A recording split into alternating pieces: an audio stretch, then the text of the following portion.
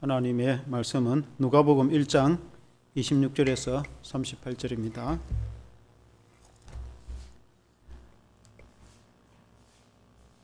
신약 87페이지 누가복음 1장 26절에서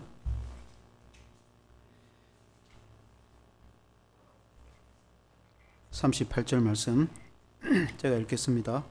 여섯째 달에 천사 가브리엘이 하나님의 보내심을 받아 갈릴리 나사렛이라는 동네에 가서 다윗의 자손 요셉이라 하는 사람과 약혼한 처녀에게 이르니 그 처녀의 이름은 마리아라. 그에게 들어가 이르되 은혜를 받은 자여 평안할지어다. 주께서 너와 함께 하시도다 하니 그 처녀가 그 말을 듣고 놀라 이런 인사가 어찌함인가 생각하며 천사가 이르되 마리아여 무서워하지 말라. 네가 하나님께 은혜를 입었느니라. 보라 네가 잉태하여 아들을 낳으리니 그 이름을 예수라 하라. 그가 큰 자가 되고 지극히 높으신 이의 아들이라 일컬어질 것이요 주 하나님께서 그 조상 다윗의 왕위를 그에게 주시리니 영원히 야곱의 집 왕으로 다스리실 것이며 그 나라가 무궁하리라. 마리아가 천사에게 말하되 나는 남자를 알지 못하니 어찌 이 일이 있으리이까.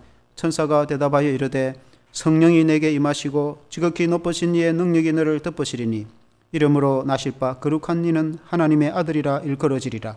보라 너의 친족 엘리사벳도 늙어서 아들을 배웠느니라. 본래 임신하지 못한다고 알려진 네가 이미 6달이 되었나니 대저 하나님의 모든 말씀은 능하지 못하심이 없느니라. 마리아가 이르되 주의 여종이오니 말씀대로 내게 이루어지이다 하매 천사가 떠나가니라. 아멘. 할렐루야. 성령으로 나신 예수라는 제목으로 말씀을 드리겠습니다. 이제 한 주간 있으면 성탄절을 맞이하는데 온 세계가 이 성탄을 축하하고 예수님 오심을 즐거워하고 축제도 하고 특히 우리 교회는 하나님께 예배도 드리고 주님의 오심을 찬양하며 하나님께 영광을 드립니다. 우리 예수님이 이 땅에 메시아로 2000년 전에 오셔서 온 인류를 죄에서 구원하신 사건인데 역사적으로나 이 인류 문명의 가장 위대한 사건이라 볼 수가 있겠습니다. 우리가 이 주님의 탄생을 이 기념일을 우리가 앞두고 예수님이 이 땅에 탄생한 것에 대한 분명한 진리를 알 때에 우리에게 하나님의 커다란 은혜가 임하는 줄로 믿습니다. 오늘 읽은 누가복음 1장 26절에 그 시작하는데 보면은 여섯째 달에 천사 가브리엘이 하나님의 보내심을 받아 갈릴리 나사렛이라는 동네에 가서 했습니다.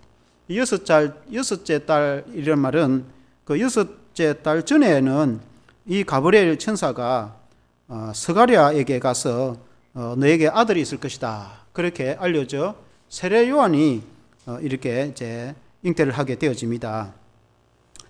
그리고는 6개월 후에 마리아에게 하나님의 성령이 잉태하는 사건이 있었는데 그 세례 요한의 그 어머니 엘리사벳과 또 그 아버지 스가랴는 원래 아이를 낳지 못하는 상태였는데다가 나이도 너무 많아서 도저히 아기를 뵐 수 없는 그런 환경이었으나 하나님이 그에게 잉태하게 하여 은혜를 주셨는데 이와 같이 이 마리아에게 성령으로 기적 가운데서 잉태케 하신 사건이 우리 앞에 역사 앞에 있다는 것을 보게 되어집니다. 그래서 오늘은 동정녀 마리아에게서 하나님의 성령으로 예수님이 잉태하셔서 나신 이 사건을 우리가 먼저 알고 믿어야 될 줄로 믿습니다. 본체 그 하나님의 아들이신 그분이 육신을 입고 낮아지셔서 마구간에 태어나시기까지 낮아져 오신 것은 우리의 구원을 위한 것인 줄로 믿습니다. 첫째는 동정녀 마리아에게서 태어난 예수입니다. 누가복음 1장 27절 오늘 읽은 말씀에 보면은 다윗의 자손 요셉이라 하는 사람과 약혼한 처녀에게 이르되 그 처녀의 이름은 마리아라 했습니다. 마리아는 갈릴리 호수 서남쪽 나사렛에 사는 그런 시골 처녀였습니다. 그런 갈릴리 한적한 갈릴리라고 하면은 이스라엘의 북방 변방 지역에 있습니다. 이스라엘은 남쪽 유다가 주도가 되고 예루살렘이 수도인데 그러나 북방의 이 변방 아주 한적한 이 변방, 그리고 시골 처녀, 나사렛은 오늘 우리로 보면 한 시골 군 정도 되는 그런 작은 마을의 처녀에게 하나님의 성령이 잉태를 하셨다 하는 것입니다. 누가복음 1장 28절에 보면은 그에게 들어가 이르되 은혜를 받은 자여 평안할지어다 주께서 너와 함께 하시도다 그렇게 말씀했습니다. 하나님이 마리아에게 은혜를 베풀어 주셔서 당시에 유다의 예루살렘에는 대성전이 있고 그 성전에 많은 종교 지도자들도 있고 또 그런 사람들이 있지만 그 지역에 하나님이 찾아오시지 않으시고 그 시골 변방에 낳고 천한 그 땅에 오신 것은 전적인 하나님의 은혜라 이렇게 볼 수 있습니다. 오늘날에도 우리가 예수를 믿는 데 있어서는 우리가 훌륭한 사람이 되거나 또 아니면 우리가 어떤 훌륭한 그 위대한 자격이나 조건이 있어서 우리가 구원을 받은 것이 아니고 이런 우리 같은 경우는 북방이 서울인데 남방 이 한적한 이곳까지 복음이 들어와서 교회가 세워지고 그 복음을 듣고 우리가 예수님을 믿어서 그 은혜로 구원을 받은 줄로 믿습니다. 이 다윗의 자손 요셉이라는 사람과 약혼한 처녀라고 했습니다. 당시 이스라엘 백성들이 약혼은 우리나라하고 좀 비슷한 면도 있습니다. 1년 전에 약혼을 해서 그리고 혼인 준비를 합니다. 같이 살지는 않고, 그런데 우리하고 다른 점은 약혼을 하면은 부부와 행정적으로 똑같은 자격이 주어집니다. 그래서 약혼을 했는데 남편이 죽으면은 그 여인은 가부가 됩니다.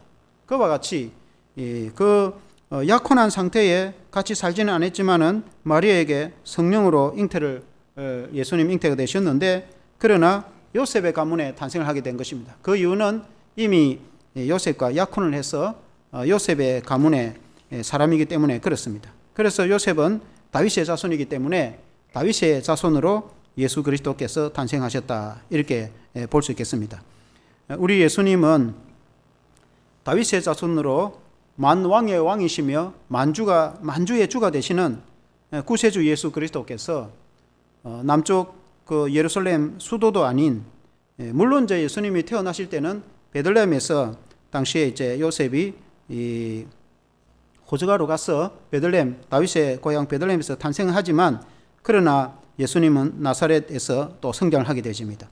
그래서 유대 민족에 있어서 이 갈릴리나 나사렛은 그야말로 이방 취급을 받는 아주 한적한, 그야말로 이름 없는 그런, 오늘 같으면 우리나라 같으면은 아주 변방이라는 것은 나라의 제 끝에 변방 지역에 있는 그런 주민들이다 이렇게 볼 수 있습니다. 그래서 그곳에서 메시아가 오실 것이라는 건 아무도 생각도 못했습니다. 예수님의 공생의 시절에 그 제자 빌립이 나다나엘을 전도할 때에 우리가 메시아를 만났다. 그 메시아 구원자는 우리 조상 때부터 그렇게 기다리던 그리스도 메시아, 그는 나사렛 사람 예수다 그렇게 말했습니다. 그러니까 나다나엘이 나사렛에서 무슨 선한 것이 나겠냐, 예루살렘이면 또 모르겠고, 또 성경에 미가서 5장 2제 보면은 그리스도는 베들레헴에서 탄생한다고 했는데 나사렛에서 어떻게 선지자가 나오고 또 메시아가 오겠냐 그런 뜻입니다. 그래서 사실 미가서 5장 2절도 보면은 베들레헴 에브라다야 너는 유다 족속 중에서 작을지라도 이스라엘 다스릴 자가 너에게서 내게로 나올 것이라 그의 근본은 상고에 영원에 있느니라. 그러니까 베들레헴에서 메시아가 탄생할 거라고 예언이 되어 있습니다. 그럼 우리가 성경을 보면은 실제로 그 요셉과 마리아가 호적을 하기 위해서 요셉의 고향인 베들레헴에 가서 마침 그때에 예수님이 탄생하지 않습니까? 성경에 예언이 이루어졌는데, 그리고 성장하기는 나사렛에서 성장했기 때문에 예수님을 흔히 나사렛 예수라 그렇게 말하는 것입니다. 그러나 사람들이 그걸 모르기 때문에 나사렛에서 무슨 선한 것이 나겠냐, 그 변방의 바닷가에 그 한적한 갈릴리 호숫가에 그 동네에 무슨 선한 것이 나겠느냐. 그러나 우리 하나님은 그런 한적한 이름 없는 시골의 그 처녀에게 하나님의 은혜가 임하신다. 우리가 예수 믿는 성도의 신앙도 그렇습니다. 우리가 이 대한민국 수도 서울에서 권력과 권세를 가지고 또 이렇게 화려하게 그런 데만 하나님의 은혜가 임하는 것이 아니고, 물론 꼭 시골에만 하나님의 은혜가 임한다 그래 볼 수는 없겠지만은, 그러나 하나님의 은혜는 동등하게 어느 곳에나 주님의 은혜가 임한 줄로 믿습니다. 그래서 한적한 이 남방 지역에도 오래전에 주님 사역자들을 통해서, 전도자들을 통해서 이런 아름다운 교회가 세워지고 복음이 전해져, 우리에게 이런 구원의 복음이 전해진 것이 얼마나 감사한지. 근데 마리아에게 천사가 누가복음 1장 31절에 보면은 보라, 너가 잉태하여 아들을 낳으리니 그 이름을 예수를 하라. 예수는 구원자, 구원자가 오실 터인데, 그런데 누가복음 1장 34절에 마리아가 이렇게 고백해. 마리아가 천사에게 말하되 나는 남자를 알지 못하니 어찌 이런 일이 있으리까. 여기 남자를 알지 못한다, 이 알다는 말은 히브리로 표현하자면 야다입니다. 야다는 경험적으로 아는 걸 말합니다. 그러니까 마리아가 다 큰 처녀인데 남자가 누군지 여자가 어떤지 그런 걸 모른다는 그런 뜻이 아니고, 그가 약혼만 했지 결혼도 안 했는데 어떻게 내가 아기를 임신을 한단 말이냐. 그렇죠. 그러니까 천사가 성령으로 하나님의 은혜가 너에게 임해서 너가 하나님의 아들 예수 그리스도를 잉태하고 탄생하게 될 것이다. 그래서 우리 예수님은 동정녀 마리아에게서 낳았다는 것을 우리가 믿어야 됩니다. 하나님에게는 능치 못할 일이 없습니다. 하나님의 크신 역사는 은혜와 능력으로 역사를 합니다. 하나님은 천지도 창조하신 분이신데 하나님의 역사에는 기이한 일이 있다는 것입니다. 그래서 하나님께서 성령으로 예수님이 탄생하게 하셨고, 예수님이 동정녀 마리아에게서 나신 것을 우리는 믿음으로 또 신앙으로 고백합니다. 둘째는 성령으로 나신 예수 그리스도이십니다. 누가복음 1장 35절에 보면은 천사가 대답하여 이르되 성령이 내가 임하시고 지극히 높으신 능력이 너를 덮으시리니 이름으로 나실 바 거룩한 이는 하나님의 아들이라 일컬을지어다. 그렇게 말했습니다. 성령으로 내게 임하였다 하는 것입니다. 마리아에게 하나님의 성령이 임하였습니다. 그리고는 하나님의 능력이 너를 덮으리다. 여기서 덮은다는 뜻은 이 히브리의 표현으로 세키나의 표현입니다. 성경은 헬라어지만은 구약 성경의 모세 때 보면은 하나님의 구름이 성막 위에 가득하였다라는 장면이 가끔 나옵니다. 그것은 하나님이 임재하였다. 거룩하신 하나님이 백성들에게 임재하였다. 그 하나님의 임재, 거룩한 임재의 표현을 세키나라고 합니다. 그와 같이 하나님의 능력과 성령의 은혜가 마리아에게 임재하여서 마리아가 성령으로 잉태하였다. 우리가 사도신경에서 신앙고백에도 그는 성령으로 잉태되어 동정녀 마리아에게 나시고 성령으로 잉태하셨다는 것을 우리가 믿는데 믿음의 고백이 중요합니다. 누가복음 1장 35절 끝에는 이름으로 나실 바 거룩한 이는 하나님의 아들이라 일컬을 것이다. 하나님의 아들이다. 예수 그리스도는 하나님의 아들이시다. 이렇게 우리가 표현을 합니다. 그 아들이라는 표현은 신성을 의미합니다. 신성. 아버지 하나님이 하나님이신 것처럼 아들 역시 신성 하나님이시다. 본체 하나님이신 그분이 성령으로 잉태되어서 이 땅에 육신을 입고 오셨다.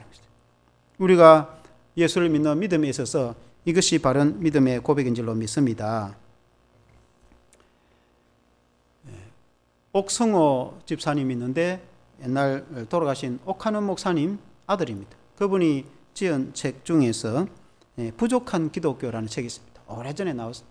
제가 그걸 본 적이 있는데 그 보면은 기독교가 부흥을 하기 위해서 여러 이벤트를 하기도 하고 또 좋은 점도 있지만은 그러나 또 기독교 상담에 보면은 여러 가지 심리적으로 상담하는 그런 일들을 지적을 하면서 우리가 상담을 하고 위로는 할 수 있으나 그러나 구원과 은혜는 복음과 진리로 주어진다.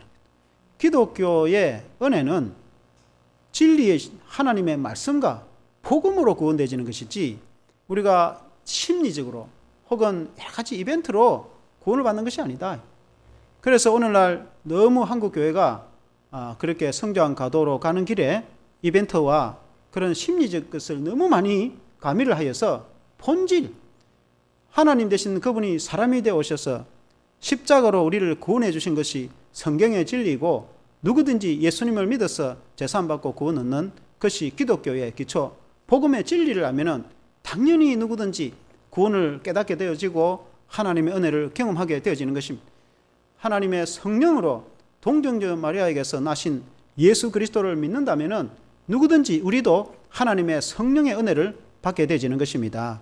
그래서 기독교는 근본적으로 하나님의 말씀의 복음의 진리, 그 진리를 깨달을 때에 우리가 은혜를 받고 구원의 확신을 받게 되는 것입니다. 우리가 외적으로 화려한 어떤 그런 것이 중요한 것이 아니고 가장 근본적인 동정녀 마리아를 통해서 성령으로 잉태되셔서 본체 하나님 되신 예수 그리스도께서 이 땅에 육신을 입고 오셔서 십자가를 통해서 우리를 구원하신 하나님의 아들 예수 그리스도를 믿는 믿음, 그것이 성경이고 말씀이고 진리인 것입니다. 그래서 진리를 알지니 진리가 너희를 자유하리라. 우리가 진리를 깨달을 때에 우리가 영으로 무한한 자유를 누리게 되는 것입니다. 참된 구원을 알게 되는 것입니다. 사랑하는 성도 여러분, 예수 그리스도의 이 땅에 오심, 우리가 성탄절을 맞이하여서 정말 메시아로 오신 그 주님이 누구시고, 그 주님이 우리에게 어떤 구원을 주시고, 그 주님이 우리에게 어떤 은혜를 주시는지 우리가 깨달아 안다면은 우리가 큰 은혜를 누리게 될 것입니다.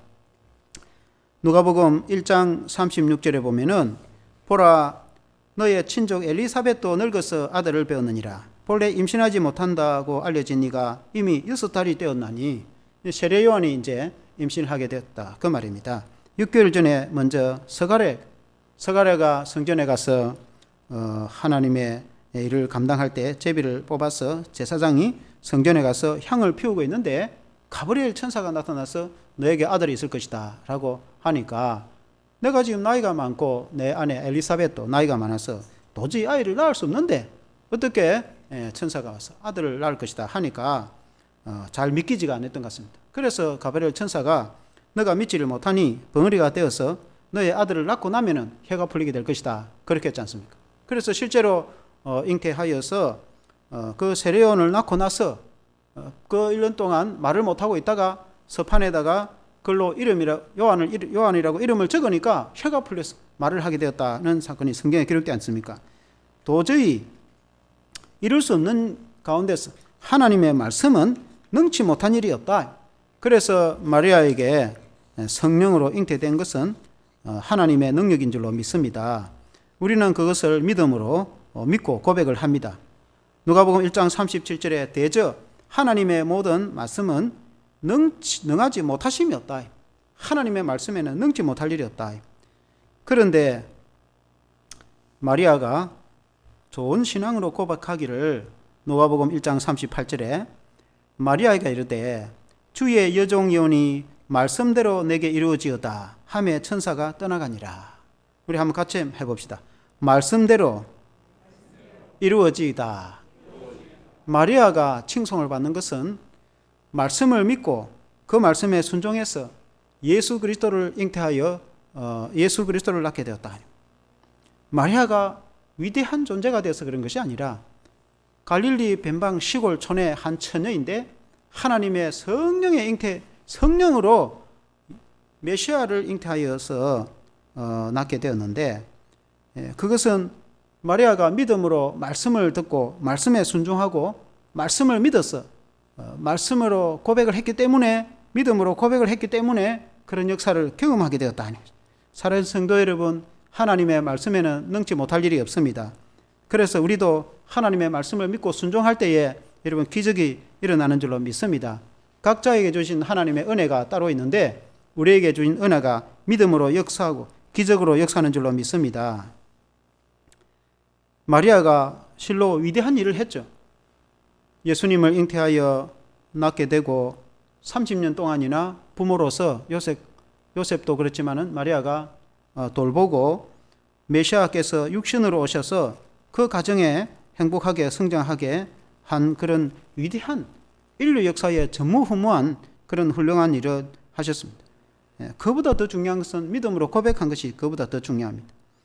천주교에서 마리아를 숭상을 하는 경우가 많이 있습니다.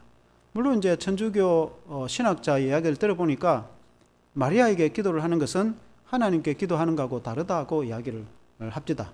하나님께 기도하는 것은 진짜 기도고 마리아에게 기도하는 것은 주님께 좀 말 좀 잘해달라고 부탁하는 거다, 그런 정도.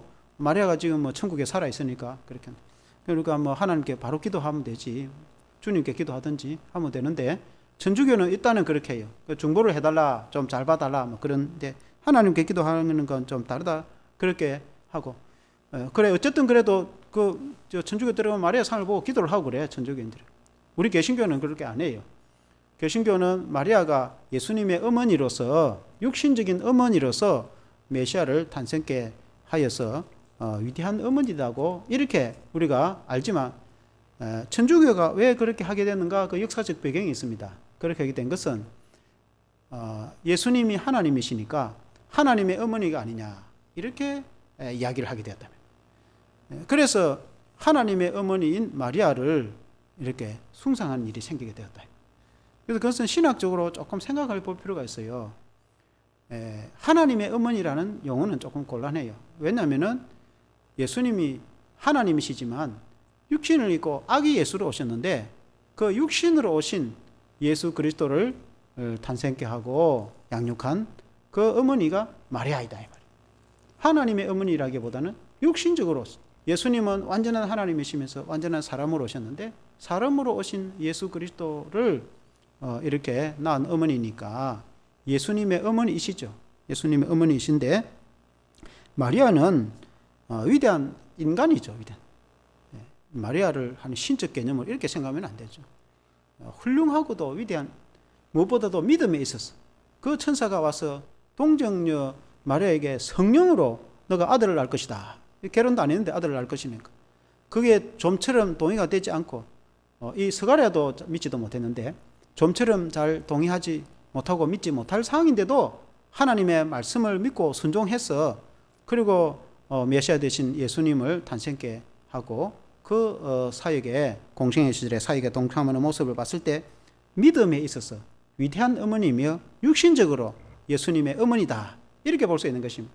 그래서 우리가 신앙적으로 그렇게 인정을 해야 되는데 그걸 좀 지나치다고 봐야 되는지 하나님의 어머니다 하니까 우리가 하나님을 믿고 고백을 하는데 그 하나님의 어머니니까 그렇게 숭상하고 좀 마음이 생기는 잘못하면 숭상하는 마음이 안 생기겠습니까? 우리 개신교는 마리아를 숭배하거나 그렇게 하면 하지 않습니다. 그렇게 하면 안 됩니다. 마리아는 위대한 인간으로서의 인간이지 마리아가 신적 개념의 그런 건 아니에요. 그래서 마리아를 숭상하면 안 됩니다. 그렇다고 해서 마리아의 신앙을 이렇게 약하게 보면 안 됩니다. 마리아는 위대한 그런 신앙의 고백자이며 메시아에 있어서 위대한 예수님의 어머니다 이렇게 볼 수가 있겠습니다. 어쨌든 마리아가 그 시골 변방에 그리고 결혼도 안 한 처녀인데 그 동정녀 마리아에게 하나님의 성령이 임재하셔서 예수 메시아를 잉태케 한 사건이 이 성탄절입니다. 그리고는 예수님이 탄생을 하게 되었습니다. 우리 예수님이 그 하나님의 아들이신 예수 그리스도께서 낮고 천한 그 변방 갈릴리 나사렛에서 사시고 또 베들레헴에서 탄생하실 때에 그 화려한 왕궁이나 왕 계시며 영원한 왕의 왕이 되시는 우리 주 예수 그리스도께서 화려한 왕궁이나 그런 곳에 탄생하지 아니었고 베들레헴의 그것도 마구간에서 탄생하셔서 말 구유에 누이시기까지 인간의 육신을 입고 가장 낮은 모습으로 이 땅에 우리 예수님이 찾아오신 것은 낮고 천한 이 땅에 살아가는 이 백성들의 죄를 대속하고 구원하여서 우리에게 영생을 주시기 위해서 그 하늘 보좌의 권세를 비우시고 이 땅에 낮아서 오신 그 주님의 은혜, 그 은혜가 우리에게 있는 줄로 믿습니다. 그러므로 우리가 그 복음의 진리, 우리가 사월이 되면은 예수님의 십자가와 그리고 이제 부활절 예배를 드리지 않습니까? 부활절을 지키지 않습니까? 그때도 우리 예수님이 십자가에 돌아가시고 우리 예수님이 부활한 사건이 우리에게 얼마나 큰 은혜가 되고 그렇습니까? 생각하면 또 은혜가 되고 십자가를 생각하면 우리 죄를 용서해 준 것이 얼마나 감사하고 은혜가 되고 그리고 또 부활한 영광을 생각하면 또 감사하고 그래서 어제나 오늘이나 영원토록 동일하셔서 예수님이 나와 함께 계신다는 믿음을 부활의 신앙 마지막 때 우리가 다시 부활할 것을 생각하면 또 얼마나 또 감사하고 그래서 이제 4월 달에 이 고난주간과 그 부활절을 전후로 해서 우리가 신앙적으로 은혜를 많이 받는데 성탄절도 마찬가지입니다. 성탄절도 그 본체 하나님 되시는 그분이 육신이 되어서 낮아져 오신 것만 해도 얼마나 위대한 인류 역사에 그런 위대한 사건이 또 어디 있습니까?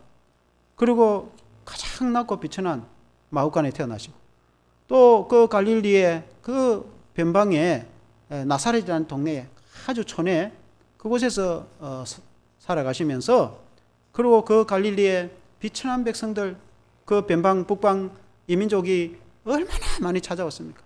우리나라 조선시대 같으면은 저 만주에 있는 이민족들이 압록강, 두만강 건너서 얼마나 막 시시때때로 와가지고 뭐 남자들은 죽이고 여자와 아이들은 노예로 끌고 가고 뭐 또 그렇게 하고 뭐 막아내면 또 찾아오고, 남쪽에는 또 그렇죠. 왜군들이 늘 와가지고 자 끌고 배 타고 가버리고 뭐 그렇게 하는 역사적으로 많이 있잖아요. 변방지역이라는 건 그런 거. 그리고 큰 전쟁이 나면 제일 먼저 임진왜란때 부산으로 들어와서 쓸어버리잖아요. 그리고는 저 한양까지 북방까지 갔다가 내려왔죠. 마지막 부산에는 떠나가지도 않고 남해안 일대에 가지도 않고 얼마나 몇 년 동안 버티고 그 사람들이 뭐 먹고 살았겠어요? 그 동네에 있는 그 쌀하고 소 다 잡아먹고 안 그랬겠습니까? 주민들은 얼마나 비참하게 고난을 당했겠습니까? 물론 피난 간 사람도 있겠지만. 그러니까 이 변방 지역에 사는 사람들은, 그리고 전쟁이 일어나면 말할 것도 없고, 전쟁이 안 일어나도 시시때로 시간도 없이 이민족들이 얼마나 이렇게 괴롭히는 지역이 변방 지역이다 이 말이에요. 그 변방 지역에 비참하게 흑암 가운데 살아가는 그 땅 백성들에게 우리 예수님이 찾아오셨어. 갈릴리 백성들이 큰 빛을 보고 빛이신 주님을 발견하고 각 많은 병들이 치유받고 예수님을 믿어서 천국을 알게 되어지고, 희망도 없는 그 사람들에게 희망의 빛을 발견하게 되시고, 그 변방의 갈릴리에 고통받는 그 사람들에게 예수님이 친히 찾아오셨어요.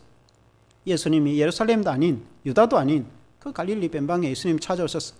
그들과 함께 가버나움과 그 이웃에 그들과 함께 거주하면서 그들에게 천국 복음을 전하고 천국이 어떤 것에 대해서 말씀하시고, 또 병자들을 치유해 주시고 마음 상한 자를 위로하시고, 그들이 주님을 볼 때에 우리가 지금 예수님을 생각만 해도 찬송가처럼 이렇게 좋은데, 우리가 예수님을 마음으로 생각만 해도 얼마나 기쁘고 즐거운지 이루 말할 수가 없는데, 그들은 눈으로 예수님을 보면서 복음을 듣고 치유를 경험하고 기적을 눈으로 오병이어의 기적이나 그런 거 다 갈릴리에서 일어난 거 아닙니까? 물이 포도주로 변하고, 다 가나도 이 가나라는 곳이 이 갈릴리 서쪽에 가까운 데 있거든요. 그와 같이 그 지역 갈릴리 사람들이 그 예수님의 기적을 현장에서 보니까 얼마나 놀라운 은혜를 경험했겠습니까? 우리 주님은 그런 분이시다. 우리 주님은 낮고 천한 인간으로 찾아오셨을 뿐만 아니라 임마누엘이 되셔서 우리와 함께 하시고, 늘 오늘날에도 우리 주님은 우리에 가까이 찾아오시고, 이 먼 시골 비슷한 이 지역에 사는 우리들이 무슨 영화를 보겠나 라고 우리가 생각할지 모르겠으나, 그러나 우리 예수님이 우리에게 찾아오셔서 우리에게 구원을 주시고 우리에게 은혜를 주시니, 우리에게 천국의 영생을 주시고 우리에게 하늘의 기쁨을 주시고 성령의 즐거움을 주시고 말씀의 은혜를 주시니까, 우리에게 믿음을 주시니까 얼마나 감사한지. 우리 주님이 여러분 그런 분이신 줄로 믿습니다. 그래서 우리가 복음의 진리, 어떤 이상한 뭐 그런 좀 신비로운 그런 거를 많이 찾지 말고, 하나님의 말씀에 분명한 복음의 진리, 예수님이 육신을 입고 이 땅에 오셨다. 그 예수님이 구원을 보여주셨다. 우리가 이 성탄절날 그것만 생각해도 주님이 가까이 찾아오셔서 임마누엘이 되셨다. 우리와 함께 계신다. 이 성탄절을 생각하면은 그 가슴이 벅차고, 그 놀라운 예수님이 우리에게 찾아오신, 가까이 오신, 육신을 입고 예수님이 가까이 오셔서 함께 계시는데, 오늘날에는 예수님이 성령으로 우리에게 찾아오시고, 이 변방에 사는 우리들에게, 이 시골 같은 이 지역에 사는 우리들에게 예수님이 찾아오셔서 늘 우리와 함께 하시는 임마누엘이 되시는 예수님을 우리가 믿고 생각만 해도 얼마나 감사하고 은혜가 넘치는지. 여러분, 이 성탄절날 우리가 그 주님의 진리, 그것은 변하지 않는 사실, 영원히 변하지 않는 반석같이, 하나님의 말씀은 영원히 변하지 않는 진리, 반석 같은 그런 복음의 진리 아닙니까? 그래서 성탄절을 우리가 알고, 우리가 주님의 그 성탄을 제대로 알고 우리가 믿으면은 하나님의 은혜가 충만한 줄로 믿습니다. 기도하겠습니다. 하나님 아버지, 우리가 성탄절을 앞두고 주님이 이 땅에 찾아오신 그것을 우리가 기억할 때에 얼마나 감사한지. 하나님 보좌를 비우시고 이 땅에 육신을 입고 오셔서 아기 예수로 탄생하시되 마옥간에 태어나기까지 낮아져 오시고 또 갈릴리 나사렛 오셔서 사시며 그 험한 가운데 살아가는 갈릴리 사람들에게 희망을 주시고 구원을 주신 그 주님이 오늘날에도 이 험한 세상에 살아가는 우리들에게 주님께서 성령으로 찾아오시고 우리와 임마누엘 하셔서 함께 하시고 내가 이 세상 끝날까지 너희를 떠나지 아니하고 함께 하시라는 약속을 지키시며 우리와 동행하시는 그 은혜를 우리가 생각할 때에 이 성탄절이 얼마나 고맙고 감사한지, 우리 주님이 이 땅에 오셔서 십자가를 지지 않았다면 우리가 어떻게 구원을 받을 수 있겠습니까? 또 이 예루살렘으로부터 이렇게 먼 대한민국 이 땅에 하나님이여 이 예수님의 탄생과 십자가를 통해서 복음이 이곳에 전해지고 이 하나님 남방 변방 지역까지 교회가 세워지고 우리 주 예수 그리스도의 탄생 소식, 기쁜 소식과 복음이 전거되어 우리에게 구원을 주시니 얼마나 감사한지, 하나님 아버지 이 성탄절을 맞이하여서 세상 사람들은 그저 연말에 축제로 즐겁게 축제로 끝이 나겠지만 그러나 예수 믿는 우리는 이 성탄의 은혜가 우리에게는 위대한 인류의 다시 오지 않는 천무후무한 위대한 사건이며 이 사건이 우리에게 구원을 주시니 우리가 얼마나 감사한지, 우리가 복음의 진리를 잘 깨달아 말씀의 진리를 깨달아서 우리가 영으로 자유함을 누리게 해 주시옵소서. 예수 그리스도 이름으로 기도합나이다. 아멘.